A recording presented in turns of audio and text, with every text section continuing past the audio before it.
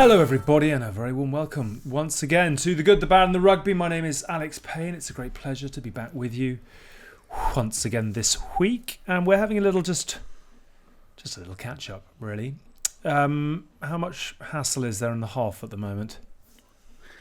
What, have I caused any international incidents? Well, I'm just referencing your Don't Haskell the Hoff t-shirt, which I think is the hot cake at the moment. But how are you both, chaps? It's nice to see you. Well, it was very nice to see you. It's only 3 days since we've actually physically seen each other. So. The first time in 18 months that we had cautious hugs. It was emotional. Cautious hugs. Very cautious, not as much tickling as usual. No. What a day. I mean, we had a very good day in the company of Heineken at the Heineken Champions Cup Final, I should say. What was most interesting about it is there was a real frisson, if I can say. There was genuine excitement from rugby fans to be back in a stadium, cheering, shouting, screaming, enjoying each other's company over a quiet beer plus one. Did we love it? I think we did love it. I loved it. I mean, first of all, obviously got to meet Hans, one of the main men from Heineken, who was an absolute hero. Yeah. I knew after the first frosty cold pint went down in a matter of seconds that perhaps I needed to quickly accelerate to switch onto the 0-0, their non-alcoholic beer, because otherwise the live show could have gone very wrong, and it was our first little sojourn into the world of corporates for a while, and we haven't quite got the levels. And it's one of those where you can explode out the blocks and literally shoot yourself before you even get anywhere. I'm so excited. It could have been very punchy. It does feel. I don't know if either of you have seen there's a new Wrigley's advert, which is I did see it just captures the fact that planet Earth is sort of dusting itself off from coming out of hibernation and starting to get going again, and it did feel a bit like that on Saturday, didn't it? I mean, there was a lot of excitement. I particularly enjoyed Hask, the fan who came up to you at the end and told you how much he'd enjoyed your performance in the World Cup final. I mean, there was just a lot of people all over the place. Do you know what I mean? Did you see that? Because I didn't have the heart to tell him. He was like, no, I know. You patted yourself on the back and said, was it 03 or 2019 you're talking about? You take those all day long. Take those all day long. Do you know what he said to me? He goes, I thought you were fantastic against Australia. I remember sitting next to you on the plane and your guns were massive. And I was like, well, he's got that right. But I definitely wasn't there in Australia. But I thought, wow, am I that old now that he even thought that I might have played there? But I didn't. Sorry, I didn't say about that as well when it came to picking the teams. I obviously was my usual rigid and dedicated self when it came to who did I think was going to win, Toulouse or La Rochelle. I was going to say Toulouse until Hans, the main guy at Heineken, said, I'm playing for La Rochelle. And I went, funny, I'm going to go with La Rochelle too. And everyone scathingly looked at me and was like, you're a spineless social climber. I had my portable social climbing ladder out with me and was making some progress. Like a jockey changing pony mid-race. Yes. No, it was a very good day. What about the rugby itself? I mean, and actually, full credit to the 10,000 who were there. They made a hell of a lot of noise. The French came in, all the French there with their and everything going on. It was very, very. It was good. I mean, we had the best spot in the house. I mean, Heineken set us up beautifully with leather armchairs, just like in your office behind you, Alex. But you were a little bit upset the chaise longue the leather chaise longue didn't quite make it, but. Otherwise, we had everything we needed. Our little own Heineken pumps. I think competition winners. Let me get this right. Dan and Kirsty. Dan and Kirsty. Yes, Dan and Kirsty. Very well done to you too. Very happy. I actually probably still think they're there. He definitely was making the most of his afternoon complimentary. Yeah. Do you know what the best part of that was? Is that when we obviously walked into the first lounge, I think you clocked it, Alex. Dan and Kirsty were there, and they were like, "Hi, this is Dan and Kirsty." I was like, "Hi, guys," and he went, "Can I have a photo?" I was like, "Yeah." I went, "See you later," and they went, "They're the competition winners." I was like, "Oh, what competition?" And they're like, "The Heineken competition." I was like, "Oh, what does that mean?" "We're sitting with you during the game." I was like, "How did you win that?" "You announced it on the show. You announced the winner yourself." I was like, "Wow, I really got to start paying attention to what I'm doing." But they were lovely. Not nearly as lovely as the gang of fans who were sitting right in front of the railing, whose birthday it was, who at half time, just as the pizzas arrived, we didn't get any of the hospitality food, we just got some unbelievable pizzas, and Maggie Alfonsi's still not forgiven me for filming her eating. In the background, it's just her smashing a margarita, trying to like look all demure. But the one fan who turned around and went, "So, James, Lion Squad, talk to me." As I'm eating pizza, and I was like, What do you mean, the Lion Squad? Well, I'm not going to miss this opportunity to ask someone about the Lion Squad. What do you think? It's like, oh, you're seriously wanting to interview me now in the stand? And I was like, what do you think? I was like, I don't know. We went on the Lions tour. I was like, I've seen Oasis play a few times. Doesn't mean I can play the fucking guitar. Do you know what I mean? Like, I had to start thinking, going, oh, well, it's a shame Sinckler wasn't in, and Foxy, Jonathan Davis, like, ooh, friends are you? So, yeah, I let myself down. I couldn't believe someone was actually wanting to know my rugby opinion. What was so funny about that is that Tins and I were sitting on a sofa on the other side, and we just watched. So you obviously got spotted, and the 4 rows in front of you, Hask, were empty, and they just I was going to use the expression like flies to a turd, but like moths to a flame. They just crept back and back and back, and by the end you just had them all on puppet strings, just getting them dancing, and everyone came for a bit of a banter. And Tins and I just sort of looked the other way and watched the rugby with them. They were fully La Rochelle though. They did their job. Yeah, they were. They did do their bit for La Rochelle. We did sing him happy birthday. We did sing him happy birthday as well, because after my sort of not very good interview answer, I was having a photo with 2 young kids. He went, "Oh, you weren't that nice to me," and I was like, "Oh God!" And because you're trying to make me nicer, I managed to get the whole side of the stand to sing him happy birthday, which I think was quite nice. I went above and beyond. We have got something in the pipeline, haven't we, to show how we're going to make Hask a nice guy. Oh my gosh! I think it's going to be a show within the show. This is the main show, but there'll be another show within the show. We are trying to find a brand sponsor who will come with us on our journey to make Hask nice. Hashtag make Hask nice. And as of yet, we haven't had a lot of pickup. But that's one for another day.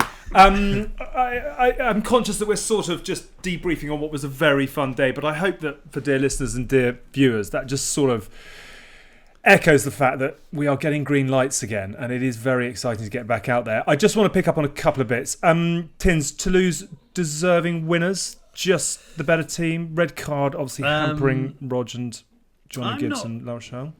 I'm not sure they were the better team. It looked like they were very, very nervous, and I think that red card, everyone thought as soon as that red card comes, especially in the backs, it's Red Rover with the talent that Toulouse have got out there, but they didn't take advantage of that numerical advantage from any set pieces. They didn't even look to go down there, and it's such a hard thing to cover when you're missing a back, and they didn't even really try to go there. And I think if Cheslin's Colby's try had stood, it could have been a different story. I think the floodgates could have opened a little bit there, because it was a cracking almost try. But I was, but then there was madness. The last 10 minutes, the madness of still 15 seconds to go, and they passed the ball to Entomac, and he's got to just dance around. Almost Clement Poitrenaud all over again. It was just, I think Poitrenaud probably just turned to stone. He was like in the, I think as the ball got passed out, Entomac must have looked at him, and it was like Medusa looking at him. He just like, oh, what do I do? They were so, I think only because La Rochelle was so eager that they thought they were going to steal that ball, and they ended up falling off their feet. That actually got them out of trouble, because I think if they'd have got a line out there, or they'd have got a turnover there, they would have been in deep trouble. But I think that the last 15 minutes made up for what was more, I would describe as a classic attritional game, top 14 rugby. But there was some entertainment in that last 15 minutes for sure, which I think kept the crowd and made the win better at the end, if that makes sense. It sort of lifted everyone a bit. A quick word on Joe Takori, who captained the post-match celebrations, not only taking with him a corner flag, but then finding a cigar that was even bigger than the corner flag. And I don't know whether he's still carrying it behind the ear like a toothpick, but what was so odd about that, Tiz, is you saw it and you called it as soon as he picked it up, and you were like, he will be carrying that for the next 48, 72, 4, 5, 6 days. And I was like, why would anyone do that? And lo and behold, over the last 3 or 4 days, it's a bit like Alex Good and his bum bag. Joe Takori and the corner flag is just becoming its own little story within the celebrations. What a man. I just know what a great man he is on the socials. He has literally put me in a body bag once, Barbarians, and I was the coach. I was supposed to be the responsible one, as he helped me to bed at 7:30 in the morning. So yeah, it's. And does he do that with a big arm and just a gentle, like you know those people that just friendly. They carry a wake. He's not a forcer. He's just a gentle encourager. No, he's even if you're fully unconscious, it doesn't make a difference. He's that big. He just tucks you underneath. He's like a carpet fitter. He just rolls you up, tucks you underneath his arm, and off he carries you to your room. So I knew that the way he was holding it as well, like Hacksaw Jim Duggan, I was like that's the story. It's coming. It's going to be out for the long haul. I did not expect him to get a cigar that was the same size, but why did I even doubt that? I should have known that would be coming too. He's a great man. He put me in a body bag when he was in Cast. He drove us to some nightclub and walked out to the front door, and I saw all these massive French bouncers just all take a step back and completely got out of his way. And then he just walked over, just tapped the DJ on the shoulder, just got on the decks, and was basically running the show, was pointing at the bar people. I think I'm almost sick of myself. I was not that, and you just can't say no because he's terrifying and massive, and he's been around. But says forever. It in the sweet. He throws his massive arm around you, and he goes, "No, mate, it'll be okay. It'll be okay." Are you sure? Yeah, it's fine. Absolutely, next thing you know, it's not okay. Still running the show, him and Jerome Kano at the grand old age. And actually, I was thinking about the Oldies because obviously Mickelson as well. Did you watch that? I did. Unbelievable story. And in all fairness, he played so well. It looked like he completely changed his sort of mental focus. He took a lot longer over his shots, and fair play to him. They were saying that it would have been the other way around. And Superman would have been stared him down on the first tee, and he would have been the one that wilted, but he didn't. No.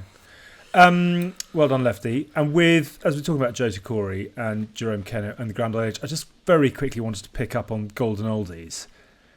And I don't know what the question is really. I mean, how the hell? I mean, you've mentioned many a time, Hask, about Simon Shaw taking 6.5 days to recover and somehow getting out of his wheelchair to go and get another man of the match performance. So I was just thinking of English Golden Oldies. Simon Shaw played for England at 37 in the Rugby World Cup 2011, won the European Cup then with Toulon and retired at 39. Mike Catt went till he was 38, and he had extraordinary injury troubles. Danny Grucock played until he was 38. That's more impressive given his disciplinary record more than anything else.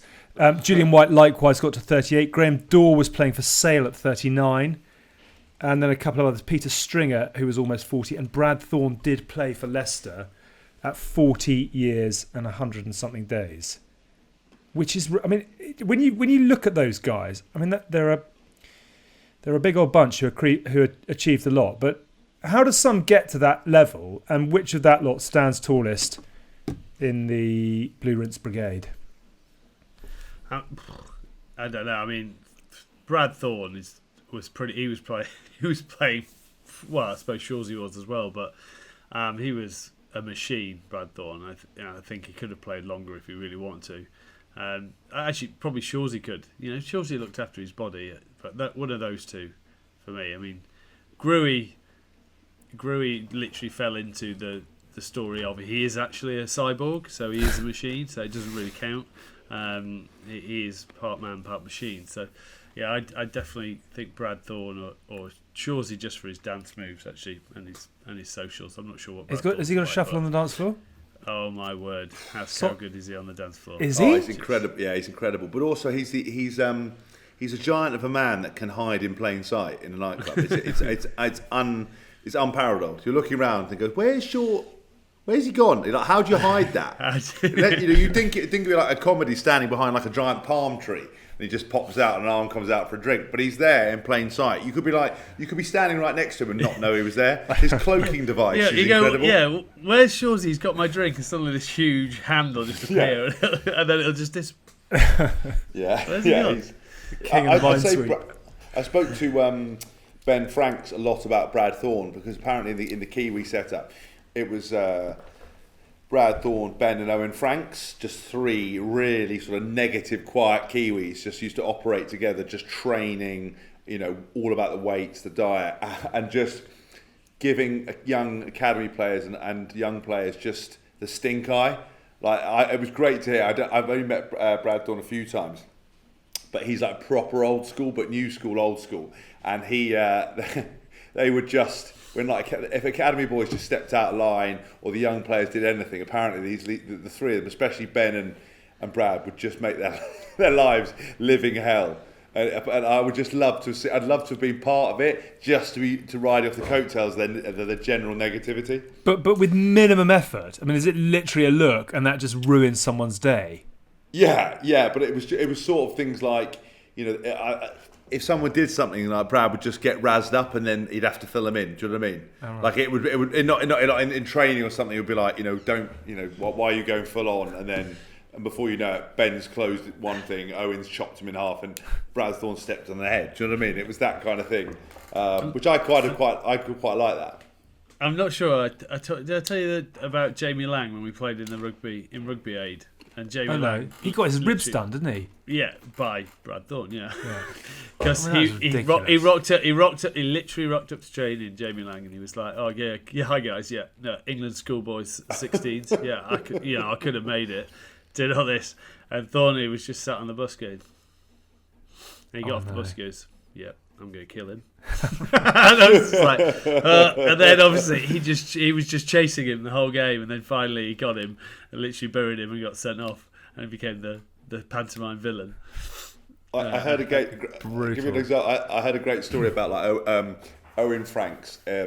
That him and Ben were scrummaging after a game, apparently when Graham Henry was in charge, and obviously Brad Thorn was around, and they were scrummaging, and Graham Henry walked past and was like, maybe you guys want to practice something else other than scrummaging, maybe you're tackling. And as he walked up, apparently Owen Franks just got up from the scrum, looked at him and just went, "I'm going to kill you, old man." Like with no emotion. And my friend who told me the story was just standing there like, "Oh my god!" But it was, "I'm going to kill you, old man." And you were like, "Oh, I think he actually might do that." So I gutted that I didn't get to fully work with the three of them. Unbelievable. Did you come through at Bath with Graham Dorr? Or he got me? Yeah. Well, obviously that's well before his time.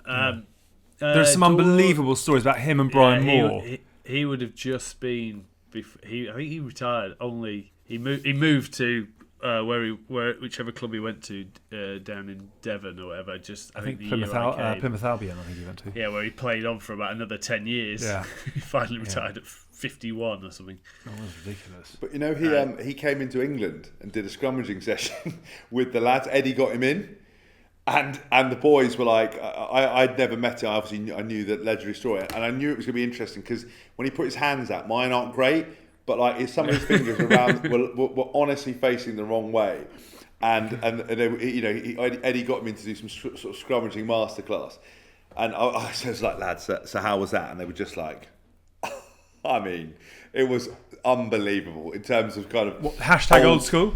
Just like old school, just kind of they enjoyed it, but kind of a real nuggety, gnarly kind of session, and some of like the old tactics and stuff. I think they got a real benefit out of it, but it was a bit of an eye opener. A real old school prop coming in and talking to the, what in his terms would be kind of fluffy front rowers. Yeah, I mean it's funny that, isn't it? Whether that surely should help people, because some of those dying arts you could probably bring back in a small way without it being full nugget, full nuggety. But it should be, just to give you a little advantage. It's probably quite helpful. I'd bring back Rupert Moon for the dive pass and David Duckham for the slinky hips. Right, yeah, for the sidestep. That's a game for socials. Which player? The fall away dummy. The fall away dummy. I mean, unbelievable. No one does a fall away dummy anymore. Wade Dooley for the high top boots. There's a game in there somewhere. Which players had hallmarks of their game that you'd bring back in the modern era? Haskell, you haven't watched anything pre-2003, but I haven't watched anything post-2003 either. Very true. Welcome to the Rugby podcast. Couple of other bits. Sam Simmons Prem try record, 19 and counting. And the extraordinary thing about it is he's got 19 tries in about 10 minutes, whereas everyone else has done it in about 15 seasons. I mean, just a phenomenon or symptomatic of Exeter, or just the game has changed? I mean, where are you going to pin his extraordinary try record, Tins? Well, obviously he's playing in a quality team that has that locked in, but it's the balance of his game. He's not one-dimensional, but he can do every part of what you want a back row to do to an exceptional level, higher than most other people. He's brilliant around 1 metre out, 2 metres out, 5 metres out, but then he can score one from 50 and literally just skin someone and then put his ears back and no one can catch him. Then you add his skill level, his tackle rate. I mean, he is exceptional in so many areas of the game, and it's amazing that he hasn't been involved with England for as long.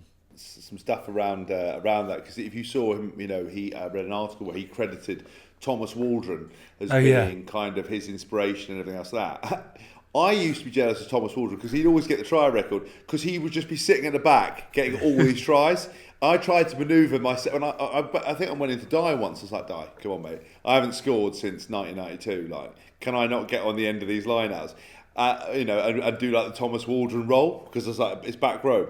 Sadly, it wasn't for me, and I got shuffled out the way. And I don't think Wasp Drive ever got close enough to score it. But his is always in the perfect thing where a team, when a team does that much driving, is that ruthless. What a position to be in. Yeah. This is going to be a really stupid question, but we were talking about this on last week's show when we were talking about Leicester, and I just said I'm uneducated in these ways, but some players end up hoovering up all the tries, and some people, like you, Hask, never ever score. And is that pure by design? That is hours and hours and hours on the training ground, or is that just Thomas Waldron at the back, sticks it up the gut, and no one's ever going to get it off him? No, it is pure. It's a bit like Backy. It's a bit like Backy when Backy used to score all those tries. He was the man at the back of that line out, and that line out was unstoppable. So shock horror that Neil back. Question. When the competition was, they're saying about record, he had to tweet and mention, well, nearly they're going to beat my record in this. It's like, oh my God, we just, let it go. Let's just move on. Let it go, Chief. And you. Let's all be happy for each other. Talking of Leicester, tough on them against Montpellier, because actually that would have been a very good benchmark line in the sand for them. But did you see that Tiger's heartbeat growing stronger, Tins, despite not quite making it over the finishing line? Ellis went well again. Yeah, I thought it was a good match actually. I thought it was a bit old school. The weather sort of dictated that a little bit, but it was physical, tetchy. Both teams knew what was on the line and were prepared to put their bodies on the line. I thought it was a good final. Yeah, I think Leicester will be kicking themselves a little bit. I thought they just lost a little bit of control in that second half, which they didn't need to do. But I think we're starting to see something beginning to tick over there. It looks like they're starting to get everything lined up, and hopefully, I mean, no one ever says hopefully Leicester will win a title, because who wants to see that? But hopefully they're going to be back to their competitive, back to their competitive way, and I think Borthos has done a great job around it. Good on him. Poor old Ellis had it rough in the Challenge Cup final. Poor old Skaz had it rough in the semi-finals of the Allianz Premier 15s. Loughborough just pipped by Sarries. That's what happens when you hang around with us. Yes, you're right, actually, it is. Welcome to Belgian Basement World. They call it the Haskell effect. Yes. It's well and truly... getting stuffed, yeah. It's well and truly... The force is strong with you at the moment. Poor old Skaz... nipped by Sarries, and Quins beat Wasps, and our old friend Jess Breach. I say our old friend, every time she comes on she absolutely what a line. So, what a line. What a worldie that was, though, wasn't it? If you haven't seen it, go and have a look at the Quins Wasps highlights. Just old school. It seems like she comes from her own try line as well. Yeah. She's just as she's running, she's going properly bang. Rapido. Yeah. So that means we've got a Quinn Sarries final in the Allianz Premier 15s. It's going to be live on BT Sport, which is brilliant. I think we're going to be there. Hopefully Skaz will put aside the disappointments to come and have what should be a fun day at Kingsholm. Do check it out if you haven't seen any of the Premier 15s. That's going to be a proper final, proper game. Onwards. So we were chewing the fat a little bit at the weekend, and I think Tins and I were talking about the fact that love Lions Year because it's such a highlight, but also love Lions Year because so much other stuff happens. And one of the things that obviously happens is with the Lions going on tour, probably some of the England senior players are going to be rested. It makes these summer fixtures. England are playing the USA on July the 4th and Canada on July the 10th. It makes them intriguing, particularly when you factor in, I suppose, what happened in the Six Nations. England A are back as well, no longer the Saxons. England A are taking on Scotland A at Welford Road. So there is a really, really good opportunity for some of the bright young things to get a shot at national honours, playing under Eddie Jones, etc., etc. And I thought it might be quite interesting because we spend a lot of time hyping, we spend a lot of time talking about and analysing and critiquing, to pick a squad, a team, whatever you want to do, really. One out of 15 and some replacements for England against USA on July the 4th. If you take out the Lions, 11 of them, Farrell, Johnny Hill, Maro Itoje, Tom Curry, Jamie George, Luke Cowan-Dickey, Mako, Sam Simmons, Courtney Laws, Anthony Watson and Elliot Daly. I'm going to fire names at you and you can tell me whether you want them to be available or whether they should be rested. You happy with that? Joe Marler. Yeah. Rested. Joe Launchbury is injured, and I don't think we'll make it back. Jack Noel might be back. If he's back, would you... I wouldn't bother. Rest him? Exactly what... Yeah. Mark Wilson, play or rest? This is going to sound really harsh, but I think he's usable, so I'd play him. Play him? I'd probably take him. Very mercenary. Yeah, I think... I'm not going to say expendable, but I think they would... I think they would also benefit if they're going to take a lot of youngsters with his sort of leadership type. He strikes me, he strikes me as someone who would be quite drive standards and be a good sort of leader on that. Yeah, and I think every time he plays for England, he puts a hell of a shift in. Do you know what I mean? He was. You know, it wasn't long ago that he was England's player of the tournament and narrowly missed out with the Bash brothers or whatever they call themselves, or you know, Kamikaze kids. Oh, that's the one. Yeah. And then we can't call them that because it makes rugby unsafe. Right. So they're just now the friendly chaps. But they, the super flankers. Yeah, the Odd brothers. But they were in there. Don't say that. That's the name of the third book. Super flanker. I think he'd go. I think he should go as well because I think he deserves to play. It's in the UK, so we're not going very far. But yeah, he's available. Yeah. Billy. No. Ben Youngs. No. Jack Willis is injured. Get well soon. Hope you're keeping well, fella. George Ford, rest or play? Rest. Manu? No. Henry Slade? See, this is an interesting one because there are some of them who there are a chance that they could get called up to the Lions. Yeah, with that. So this is one of the things, because one of the questions I was going to ask is, if you're told to rest this summer, I mean, how much is... I mean, the other one I was going to ask is Johnny May. I mean, Johnny May will be itching to play as much rugby as possible until that third test final whistle goes, won't he? I think the only thing is someone like Jack Noel, he wouldn't need to play and he could rock up to a Lions trip. I think one thing COVID will have taught them is how to manage their bodies in terms of and stay in nick to come straight back and play. But if it was me personally, I would want to go. I would want to play in these games, just because I wouldn't want to have all that time. And as much as you want to train, you are going to detrain a little bit in terms of the hits and getting used to that. Yeah. So there's an interesting question about how many people are actually going to be knocking on his door, going, "I actually want to go on this tour. I want to play in these games." It's 2 games. It's and it's only sort of early July. So I'd definitely tests end of July and all. I think everyone will want to play them. So it's whether he's going to use it as an actual test, or whether he's going to look after the players and go, if you want to play, just because there might be injuries or whatever, then I'm not going to stop you, sort of thing. Right. I'd be livid if I got arrested ever. Like, I just wouldn't want to do it. I just think it's you know, I always want to play. I understand why, but like, they arrested me on that tour to South Africa, you know, when they tried out Brad Shields, and I was gutted. And that could have, you know, that ultimately turned out that next Six Nation after that was the last time I got to play, and I'm like, fuck, I would have love to have. And did they tell you they were resting you? No, Eddie just called me up and said, "We're going to leave you at home this time. Rest up, and we'll see how you get on." Did you know at that point that was possibly the beginning of the end?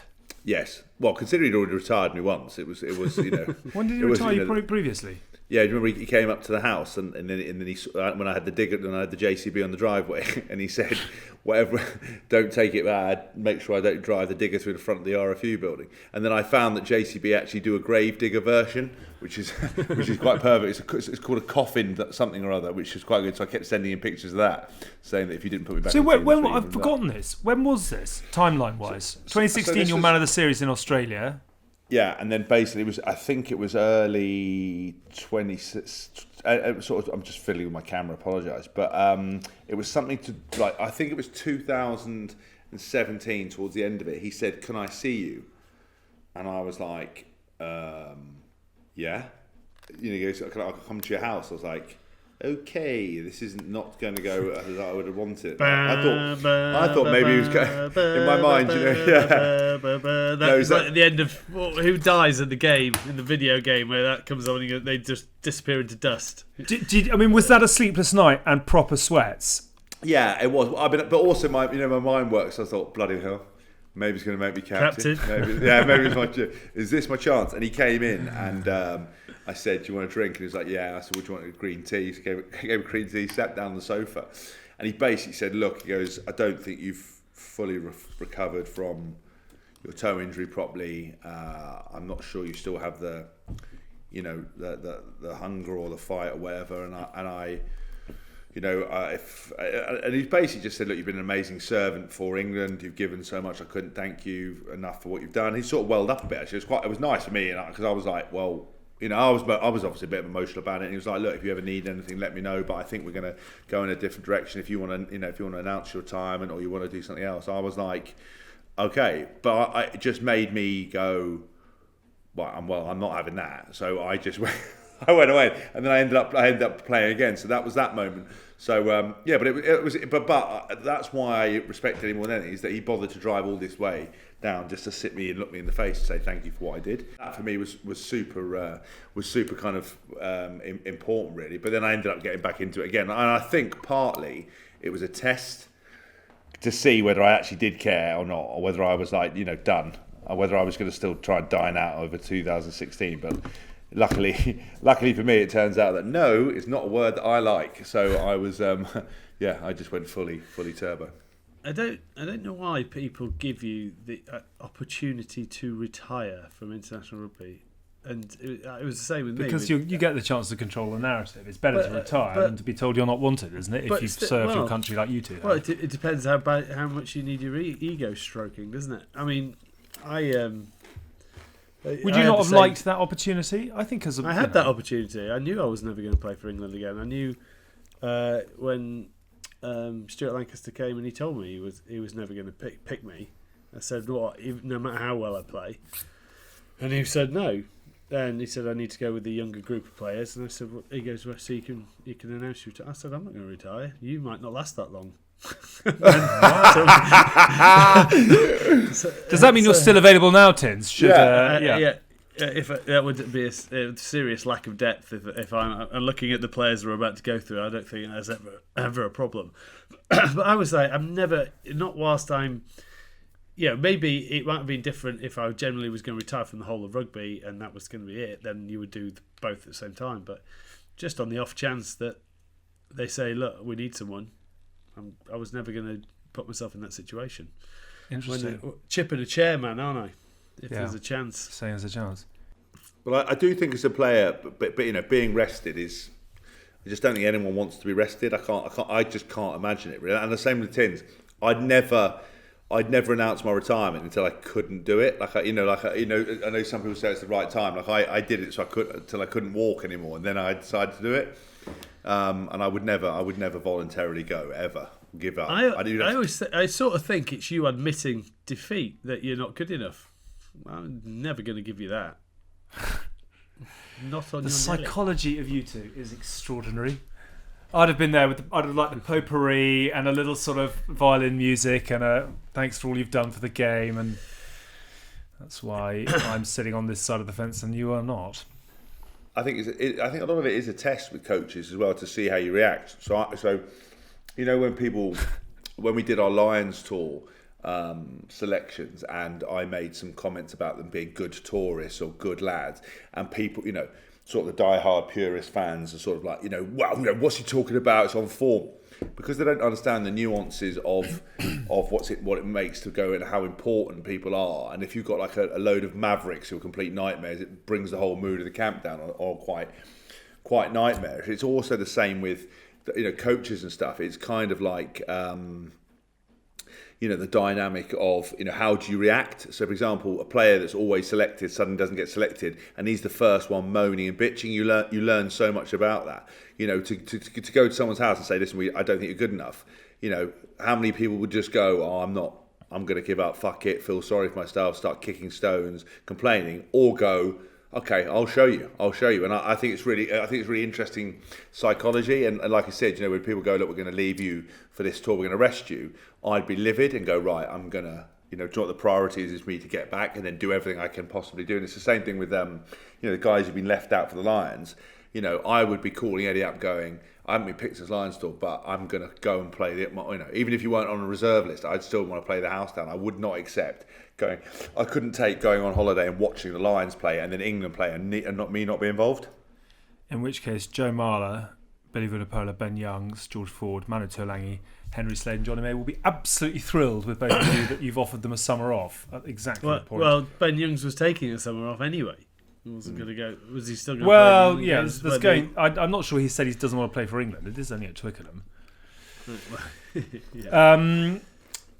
Just on that quickly, Ellis, summer off or play? I think Ellis will. I think he's at the right age to still play. So. Kyle Sinckler, rest or play? Play. Right. Okay. He'll definitely want to play. So we've done our 11 Lions. We have rested a few. We've got a couple who are injured. Where I've said rest is if I was coach and we're looking at the next generation. George Ford. Okay. We've got viable options. Perfect. That's why I'm saying rest. Do you want to put a bit of criteria or a criteria around this selection then? Is this Eddie...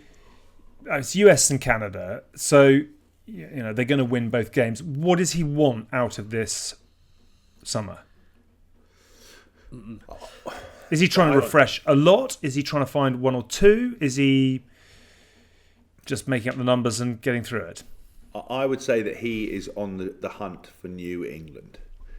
I think that we talked about before that the 2018 transition period is happening now, and this is the first.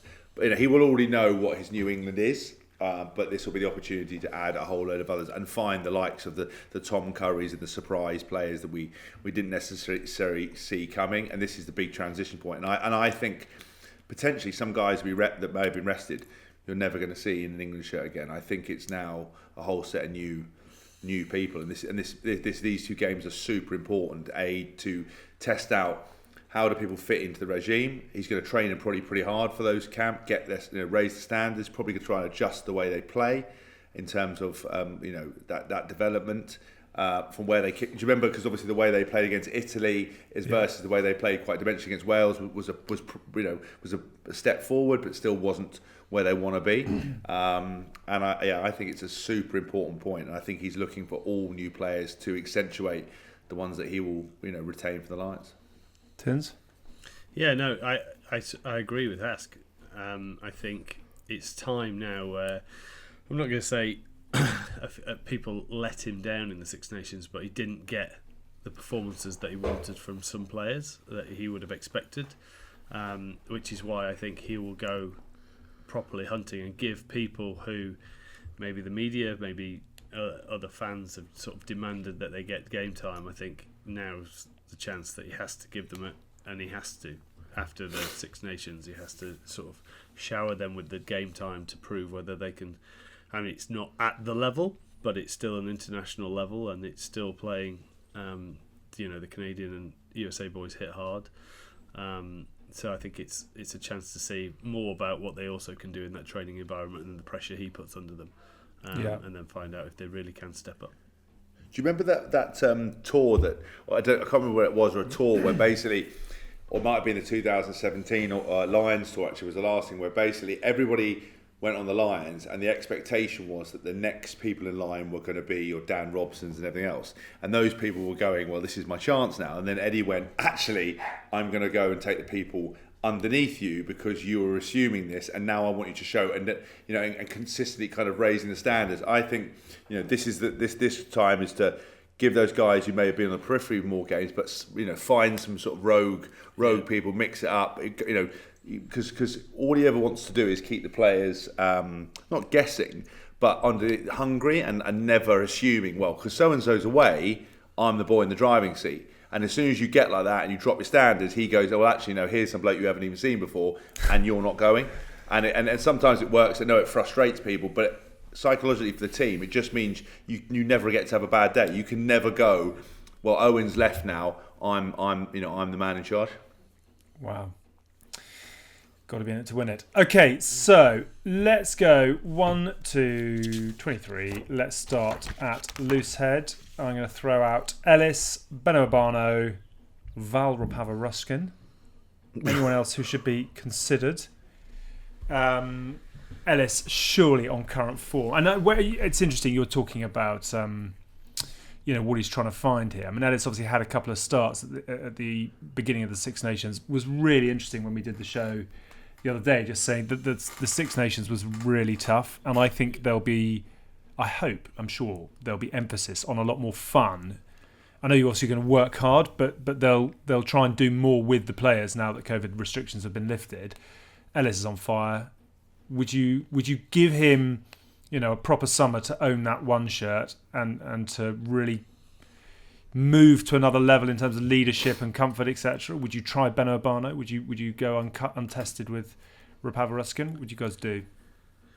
Look, I think with Ellis where he is now, where he is mentally, where he is on form, you just want to keep unleashing him and keep him in that hunger, and he's in a real place of learning, both on the pitch and I think off it as well, in terms of learning and developing more about what he is as a bloke. And I think you just need to keep enhancing that and he's only going to get better from it. We've seen it over the last 2 weeks how good he is, and I think he would hate to be rested, so I think he has to go, and he would want to start, and I think he's one of those who could be on that plane, if an injury unfortunately happens to someone. Would you put Urbano on the bench and give him a bit of a run? Yeah, I think so. I mean, obviously he's had he's been banned, has he, a bit this year? Yeah, he has actually. I think he's got did he get a 4-week ban? I can't remember. A couple of weeks ago, I think it was. He should be available by July, I think. But I think he's one of those guys who is could start as a finisher, but work his way to a starter. So I think he's got what we look at in especially Looseheads now in terms of being mobile, being able to handle the ball, but then getting the nuts and bolts done. I'm not sure about his nuts and bolts because I don't know anything about scrummaging. But Rapava-Ruskin has been in parts very good. He's I was about to say nuts and bolts again. His scrummaging is good. He's good over ball. He likes to get involved, but has he got that explosive power that someone like Beno Urbano has? Possibly not. Let's give Val a run at the A's. Let's stick Ellis in on 1 and Beno Urbano at 17. Hooker, Tom Dunn, obviously captain the Autumn Nations Cup, and Alfie Barbary, unless you guys have got others. You chatted to Alfie the other day. Was he at Wasps when you were? He was there because I'd heard rumours because kind of clubs, there's always an academy manager always spotting players, and you overhear, and they've been hyping him up for years, saying that this kid was the best prospect they'd seen in the last 10 years. And I remember him coming in as this quiet kid with just this huge afro, like a ridiculous afro. What you'd give for one of those, you two. And he was playing in the Anglo-Welsh Cup thing, which I didn't know was a thing until I got dropped from England and discovered that this whole thing was going on. It was awful.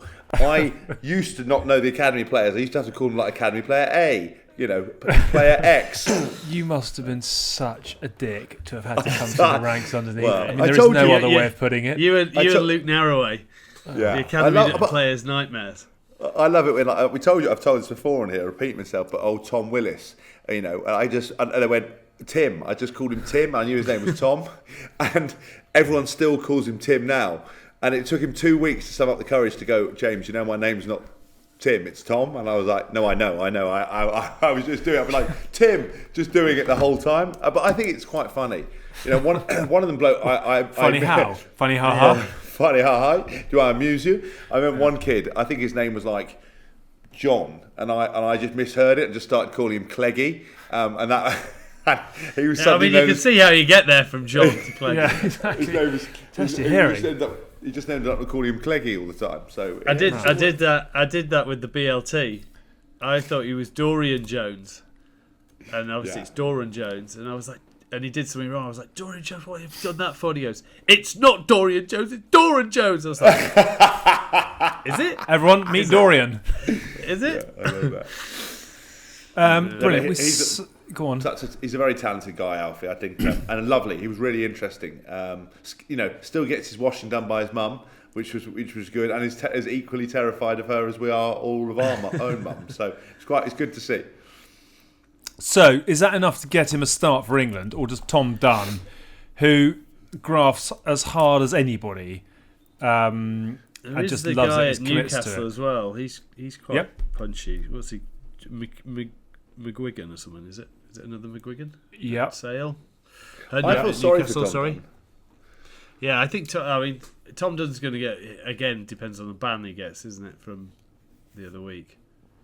But by July, I mean, let's presume that he and Ben O'Barn are both going to be available. But Eddie brings him on sometimes for like 1 minute. But that was in the Autumn Nations Cup. He was on the bench for 3 games, and he did get his cap at the end. Yeah, but that's what I mean. But that stuff like that, you're just like, oh god. So on that principle alone, as someone who does completely graft, and as someone who it was possibly saw with the Rankins thing where he tackled something, cleared a ruck, and 3 of his knuckles popped out of his hand, and it was awful.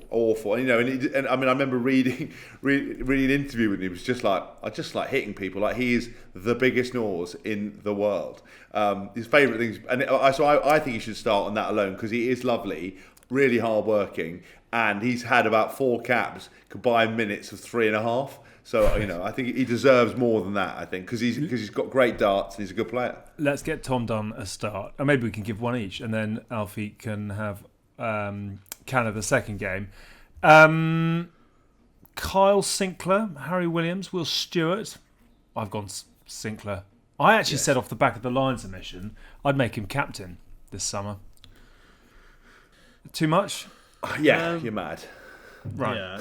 But you would have said that about Martin Johnson. Why would you ever have made Martin Johnson? I just think that there is players who you entrust them and they repay you. Is Kyle not one of those? Yeah, but I don't think necessarily that means he stands up and...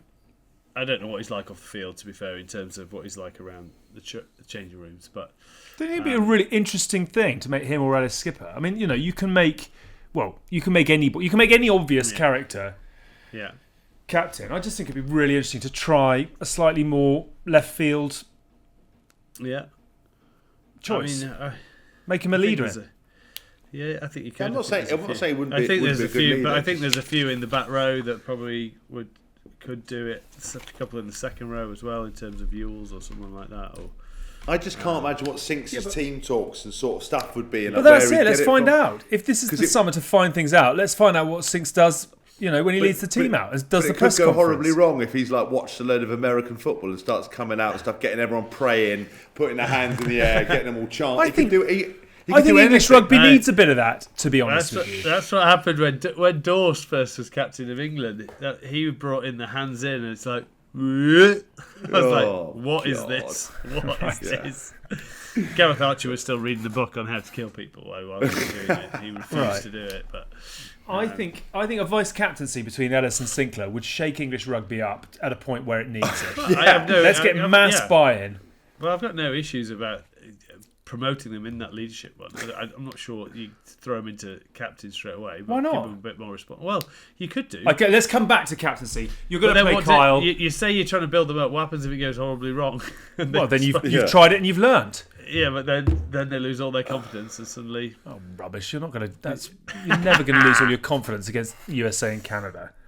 With the greatest of respect. I know they'll come, they'll throw the kitchen sink, they'll be bloody, committed. But yeah, if it goes horribly wrong this summer, then yep. I don't know what I'm trying to say. I would like to see them lead something at their club first. All right. And if Martin Johnson led the Lions before he led his. Maybe he did. I think Kyle Sinckler and Ellis Genge are slightly different from Martin Johnson. But Martin, just a smidge, Well, but Martin Johnson was like built in a cauldron of like rugby gnaws that he was like built into a factory. I'm not sure. He was built in the rugby gnaws version of the Mount Doom or whatever it's called, where Saruman was forged, where the ring was forged. It was like elves and like orcs just hammering him in together and making him and forging him. His like favourite day out was like just mauling someone. That was the best part. Ellis, if you put Ellis and Sinks in charge. I mean, by the end of it, there could be people sipping Courvoisier. The whole thing's gone off the rails. Twickenham's been leased it's for time a for English rave. rugby to have a lot more fun. That's what I'm telling you. Everyone's got a shower in their wardrobe. Shower in the wardrobe. Wait, I tell you what there would be. There'll be like boys would be renting stuff. There'd be a book going on. There'd be gambling. It would be like the Sopranos at Penny Hill. I don't think you need that. And the team talks alone would just be. The more you talk, the more I want them as captain. Imagine Eddie trying to control those two. And he said Sinks was late once, and Eddie lost the plot so much. He said to Sinks, "I'll order a gold-plated taxi, and you can fuck off if you want to be like." I just don't think this is ever going to work. But if you do, let's put the fires out. Let's just go Charlie Ewells. We know what Charlie will do. Great great leader. I'm now questioning myself and Hask in the fact that why we're not on board with this. This is your template of environment we want to be in. It sounds like the best idea. Ellis, Sinks, I apologise. You boys will be mega. Don't forget your old friend. Carling, Delalio, Johnson, Sinckler. It's got a nice ring to it, I love it. You can't have Sinks shouting the whole time. More heat, baby! Come on! And then making a break, like making crash ball and just going every time, baby, and just throwing the ball up in the air and like shouting at people. Imagine how big the back would be as he led his country out at Twickenham with fans, etc. Eddie would have to keep telling him, Sinks, mate, the back's looking good. Because if you said to him, you're looking small, he'd be like, am I shit? It would be, it's just too much. No, it's not too much. The campaign starts Ellis would just call everyone sausages and mug everyone off. Brilliant, though. Game needs it. Harry Williams, Will Stewart on the bench. We know both can do. Lucky dip. Yeah. Let's go, Harry Williams. Sorry, Will. Apologies. Second row. So we've obviously got quite a few away on the Lions tour and a few injured. Hill, Itoje, Courtney away. Joe Launchbury injured. So I've chucked in Ewells and Dave Ribbons, who you've mentioned a couple of times actually from Northampton. Joel Kapoku from Sarries. Others available. Where do you want to go? George Martin, who George Martin leaped from nowhere to. He can play back row as well, can't he? You got a cap, didn't he? Yeah, I think he did. Did he come on? Yeah, he did. I thought he did. Ireland. Yes, I think he did come on. So where would you go? I go Ewells and I'd give Dave Ribbons option because he's been so close. I don't know if he's actually ever got on the field. Like there's a couple of times he's been brought into camp, but he's physical, a real physical player, good line-out operator. Never really takes a backward step. I think he worked well with Ewells. Nice. But tell me more about Ribbons. I mean, South African born, quiet, ruthless, assassin. Yeah, basically, like really physical. Kind of a direct, but good, in a nice hands. Do you know what I mean? Like as well, he's got some good all-round skill set. He's just like a bit of a machine, really. But he sort of does it with a smile. He's not kind of a dour South African. He's a smiley South African. A smiley South African, which is sometimes even more worrying because while he's smiling, he's treading on your head. Yeah, going to kill you. Yeah. Okay, Ewells and Ribbons. Anyone know much about Chung Yamunga? He's London Irish one. He's 20 years old, 6'6", 18 stone. Is he the next Marrow? I don't know. Is that a bolter?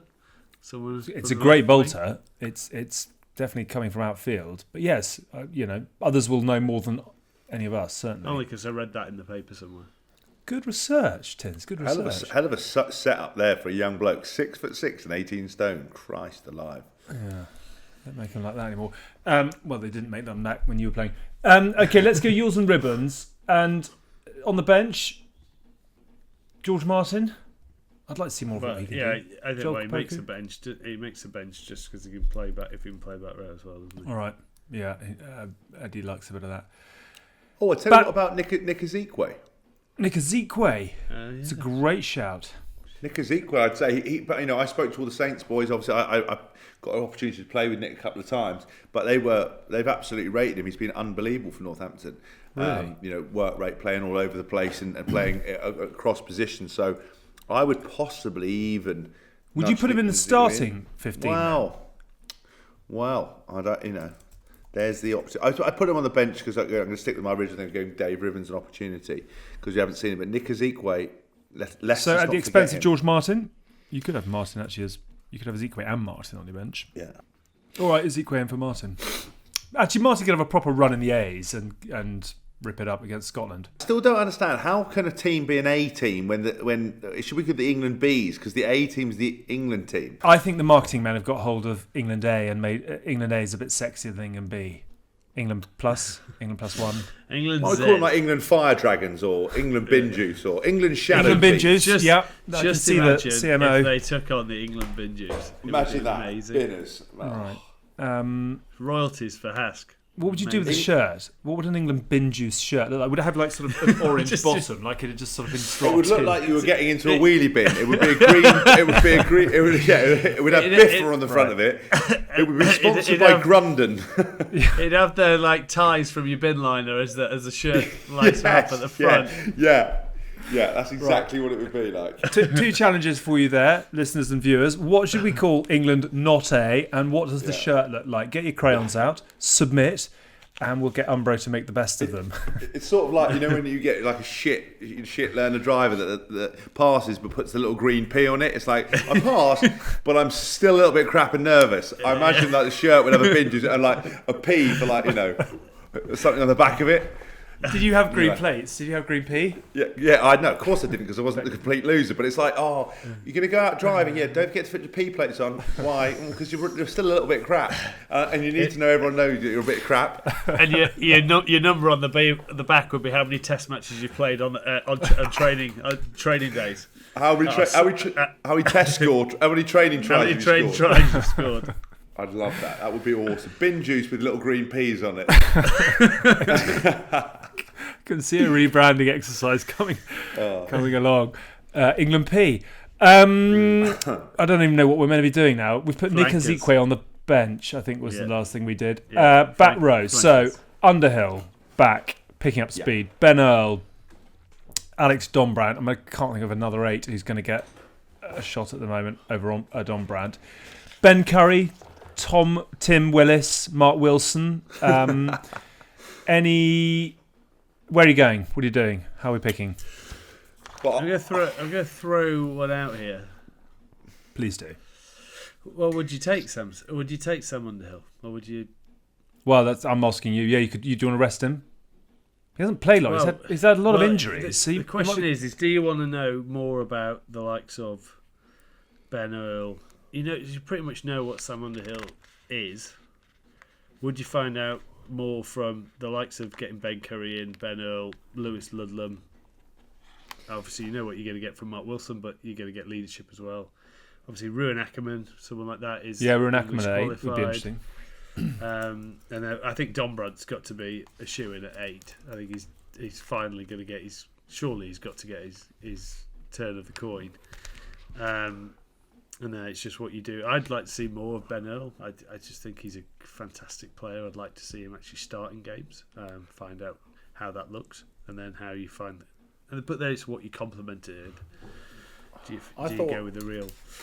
you go with the real banger? A real heavyweight at 6 or something. If you play Ben Earl at 6, where does the compliment come from? I don't know. Do you know what my real conundrum is with the Curry is Ben Curry and Tom Curry, right? They're obviously twins. I haven't watched a lot of them, but how much better is Tom Curry than Ben Curry. And Ben Curry got capped first, though, didn't he? Yeah, but has he actually been capped? I can't remember. I did the game. It was a Barbars game. I thought he went to Argentina and got capped. No, I don't think he did, and that's what I was wondering, because Chloe always talks about it when she sees one. It's like, imagine how hard it is being a twin, and your brother has excelled and become one of the best number sevens in the world. How different are they? Like, how much better is it? I still can't solve that, and I wonder what it'd be like in the family dynamic. Like, you love your brother, but also you're essentially me. How am I not doing that? How am I not doing what you're doing? You have got everything that I've got. Why? Yeah, we've got everything the same. Yeah, Eddie went, I like that one better than the other. Why? I've always wanted to know, what is it one does that the other one doesn't do? We've got Tom Curry next week. Why don't we ask him? I think Ben Curry is very close. I think he's had a hell of a season, and I think I'd love to see him get a proper run. Yeah, he didn't get a cap in Argentina. He did. He didn't. No. Do you think they've ever swapped for an England game? And he said, listen, you fucking had loads of caps, Tom, right? And you and I both know that I should be in there. There's no difference between us. We're exactly the same person. And just before the game, they've swapped in a training week in Penny Hill. One's gone back to Sale, one hasn't. Just go into Just imagine if you were that identical twin where you look the same, but you never played rugby before, and you went, yeah, okay. You just run on the field, get absolutely smoked. Yeah. This England 15 is really taking shape. Can either of you, please pick a back row at this point? Yes. Right. Ben Curry, Don Brandt, and Ben Earl. Right. Who's 6 and who's 7? Earl 7, Ben 6. Right. So you're resting Sam Underhill for the summer? No, he's just on the bench. You're putting Sam Underhill on the bench? Yes, why not? Okay, that's fine. You do what you like. Just in case it turns out Ben isn't very good and forgets how to play, and we need to bring someone on. Yeah.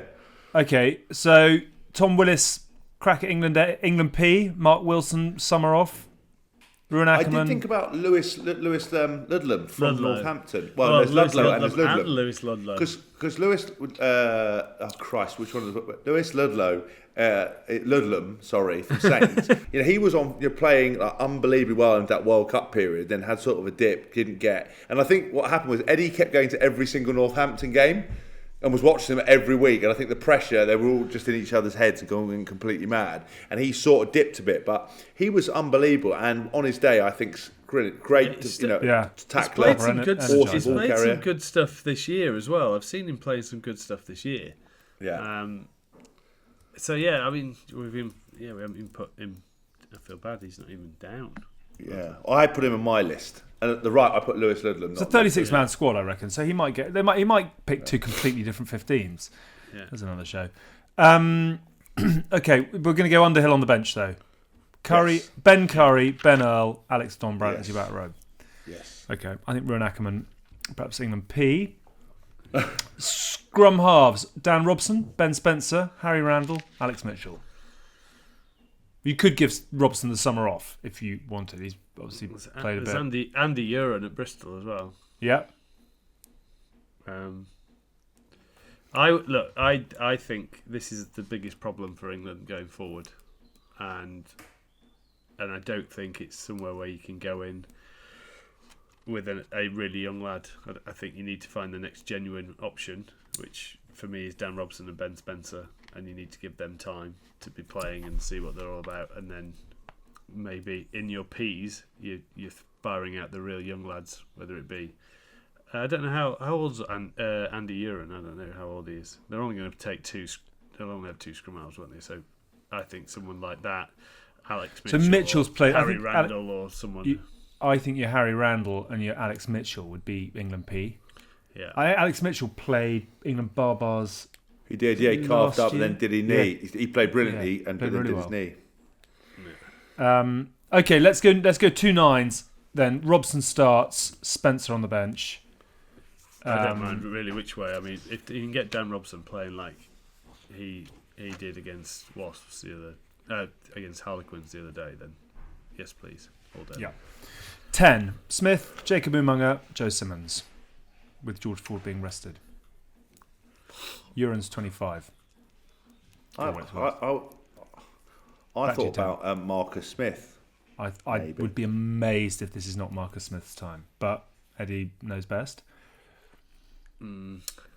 I agree, but I also think Sam Simmons holds the game together possibly better.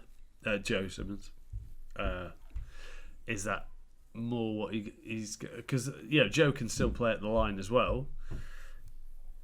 I don't know. I'd be happy with either of them, to be honest. Does the hype around Marcus Smith count against him? In Eddie's eyes, probably. Yeah. But I think it won't do. It won't do on this group of games.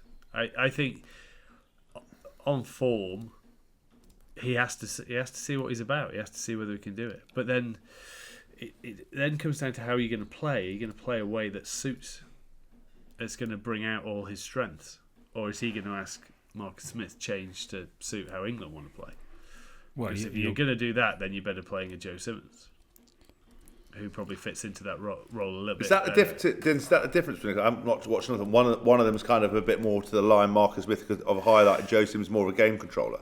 Yeah, well, Joe could do it all, to be fair, but obviously Exeter being the team that he also the team that they are, he pushes them around the field well better and sort of balances it all out, but still has, how many tries has Joe Simmons scored? He scored a fair few where he's taken it to the line, throws that inside dummy in, and he goes through and he beats the fullback. So it's just not quite the sort of TikTok, YouTube moments that you get off Marcus Smith, is it? I think with him being so small, he looks like he runs faster as well. I think so. He looks like he's quicker. Like when you're mini-sized on Super Mario and you just seem to be going like twice as fast. But I don't think Joe has had as good a year as he had last year. So I think Marcus Smith will probably get a start. I think both of them have to play. I would start one game each. Okay. Good shout. 11. Ollie Haskell-Collins, Ollie Thorley, Thockenham Singer, Tom O'Flaherty, Ollie Slightholme. Pick two wingers out of that collection. Yeah, I mean, it's pretty hard, to be honest. I'd like to see Thockenham Singer, but I don't know how's he been since he come back. Yeah, I mean, I think he signed again with Bath, didn't he, in March? Yeah, I've heard some things that he's very comfortable at the moment. I don't know where I heard that from, but whether he's really heart and soul is in it, I'm not sure. Oh, really? So I did a rugby reclined with him the other day, and that definitely wasn't the impression I got. I wondered whether... So he obviously had a really bad injury. I wasn't sure it was comfort. I think there's... Sort of wondered whether he'd lost his confidence a bit. Right. And therefore wonder... the thing about him is he's got a point of difference that all the others would not be able to produce. And I wonder whether actually an arm round him and a bit of time with Eddie and let's properly give you a crack at it and let's get your tyres pumped up again might actually be a really good thing for England in the long run. There is no doubt if he's on form, it's at points unplayable. So, yeah, if you can get him in that frame of mind, out of everyone we've named, I'd probably play him. So I think that's a really interesting thing for England to try and do this summer. I was pretty certain as well that he went to the World Cup already with that leg problem. Yeah, I think he did. And I think wasn't right, and sort of it went on for such a long time when you'd be rehabbing it. But I mean, again, Instagram is not a great guide as to what's actually going on in the world. But he seemed to be doing extra speed work and looking good. And as Mike said, he's such a weapon, and I think fit. There is no one better. So I just think we'd be quite nice to give him an opportunity to see how he's going. But maybe you never know with these long-term injuries. Like, is he back to 100% yet? Does he feel like it? Only time will tell, I think. Yeah, I think he is one of those players with a USP that's worth investing in just to give him a proper shot at it. So that leaves the other wing position open. Haskell-Collins, Thorley, Slightholme. Paolo, Adogwa. Would you go that, or would you go Paolo in the centres? Dogwoo. I wouldn't go. I really like Piers O'Connor, but he's a centre. Yeah, as in okay. Paolo in the centres. So you wouldn't play Paolo in the centres? No, and I think Ollie Lawrence deserves 2 games rather than just get Shepherd's crooked. I think. So would you go Piers O'Connor and Ollie Lawrence? Yeah, Piers O'Connor, Joe Marchant. Yeah, but he's 12 trees playing well. It'd be close. It'd be close between Joe Marchant to be fair, and I think he should get a good run of things. But this is saying that he's not taking Slade, and he's giving him the summer off. But again, Henry Slade is not going to want a summer off because he's going to be very close to being called up. So, but in this boat, I'm saying that they know what they get from Slade, so they might not take him. Okay. So, lots of questions. 11, Say 12, 13. 11. So we've done 11, haven't we? So Cock and a Singer. Cock and a Singer. Okay, well, I put him at 14. 12, I'd have Ollie Lawrence. Yeah. At 13, Piers O'Connor. Or the other way around, whichever way. They're both. I think you'd swap them. 14, a Dogwoo. Yeah, I think that, I mean, again, wingers are quite tough. You know, a Flaherty has been. He's been sensational. Yeah, he does stuff that I've. Yeah, he's unreal. And Ollie Slightholme is impressive. To be fair to him, do you think he's rapid. England ready? He is rapido. I remember his old man playing years. Remember his dad on Jeremy Rugby? But then, brilliant. He had a great handoff, didn't he? Just down the touchline. And Wheels, he was England's fastest player on that game. It was amazing. Slightholme. You all know how old I am. I played with Slights. That's how old I am. Did you really? Yeah. So Slights is probably perfect for the P's. Yeah. And so's Haskell Collins is perfect for the P's as well. So okay. Then it's Flaherty, Adogwu. Who else? Thorn. Dan Kelly at Leicester has had a good season in centres. You'd never turn the clock back for a Jonathan Joseph or a. No, I think that they'd be in. Ollie Thorley. Yeah, Ollie Thorley's got a chance now. He's obviously had a few injuries, and he was the only one came back. He was on the bench, wasn't he, at the weekend? Maybe run him at 15 for the P's. Who, Ollie? Yeah. No? Nonsense? Yeah. Right, he's not a fullback. So, but I definitely have it. I have him. He's got to be involved. He's been played so much of a role within that England squad. Sure, he's been the ultimate squad man. He's got to get a run out somewhere. But on everyone we've got, I think a Flaherty. You're picking a bench. You've got a 15 and a bench spot to fill. Max Malins, Ollie Thorley, Joe Marchant, Tom O'Flaherty, and Freddie Stewart at Leicester. I reckon Freddie Stewart's probably going to be an England P. Yeah. I thought Max Malins. Do you think Fraser Dingwall will come? Is it Fraser Dingwall? Yeah, it is Fraser Dingwall. Yeah, he might be P. Yeah, he sort of flew to the limelight and then. And then they turned the light off. Yeah. Welcome to the limelight. Seeing you.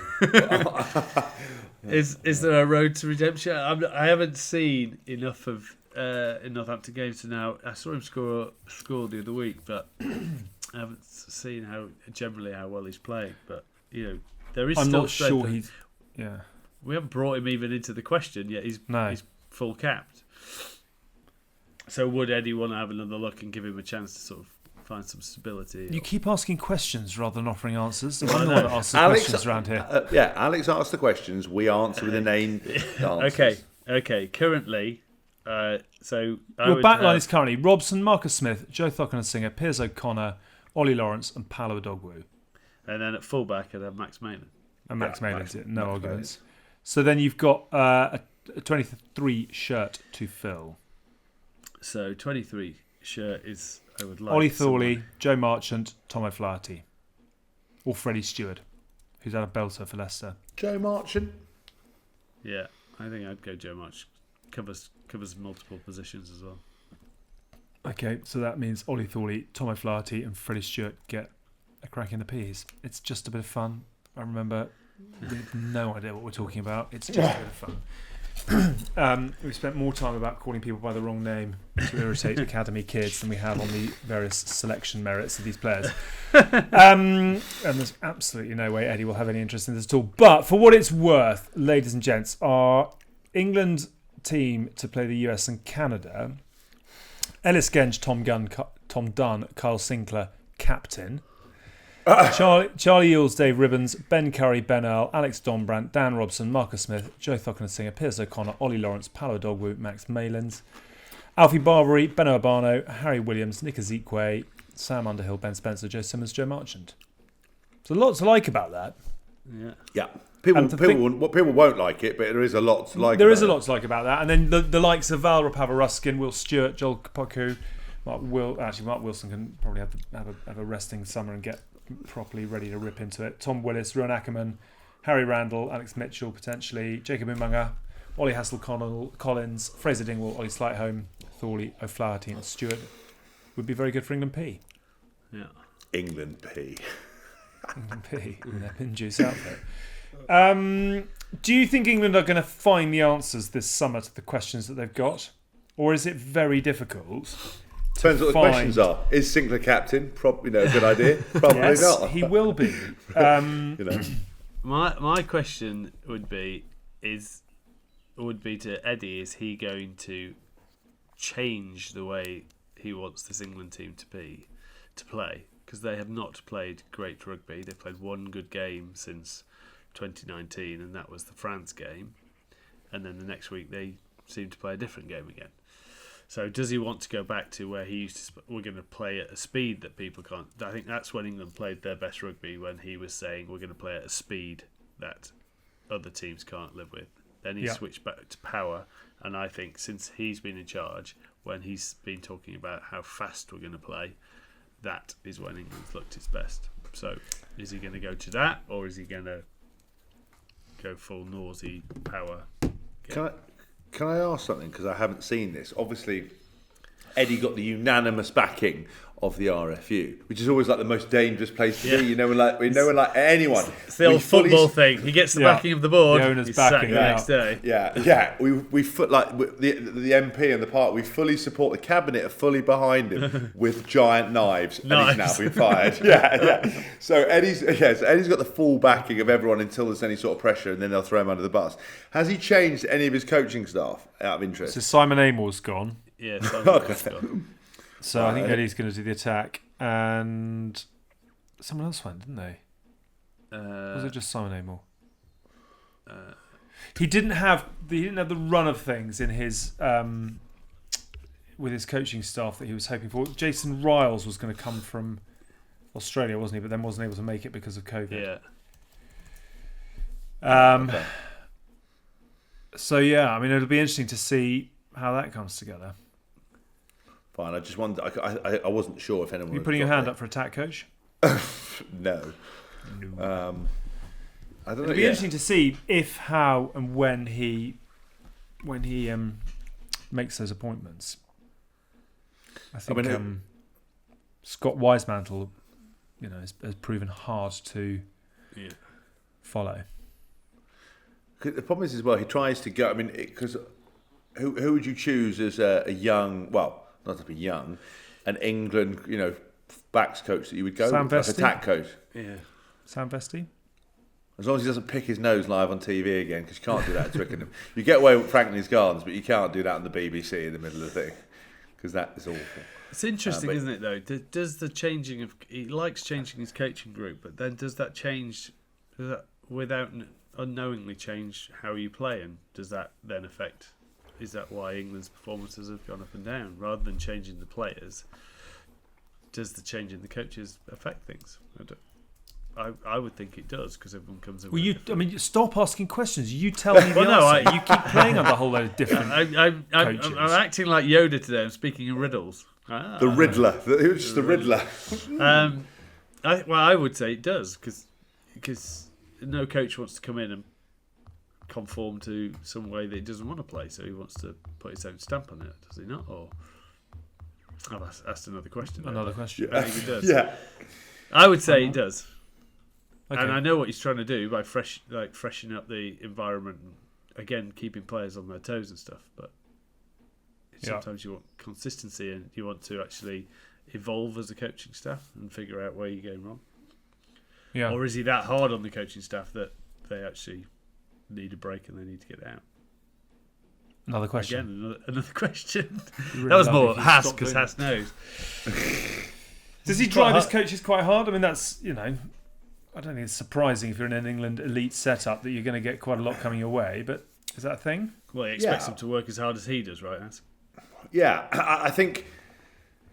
Yeah, the media always sort of delight in saying, seven coaches in 4 years or whatever it was previously, and all that kind of, and all the stats they throw out. I think yes, he drives standards hard, but that's why he pushes the players. There's often a burn rate either way because the expectation is to constantly keep getting better, keep setting the standards, and the intensity of what those England camps are like. That's why I think.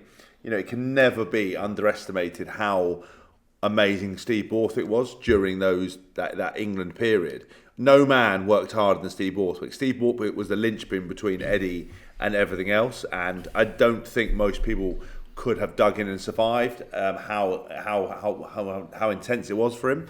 And I think sometimes people aren't able to do it. And I think he likes to mix things up and tries to see if he can get the right formula ever evolving. And I think, as Dylan said, Hartley, that when we first came in, the focus was on a set piece game, a very, very strong defence, and attack would take care of itself. And then as those foundation blocks became number oneers in the world at different areas, then attack was to develop. And obviously he's played around with a couple of guys, and I think you're right.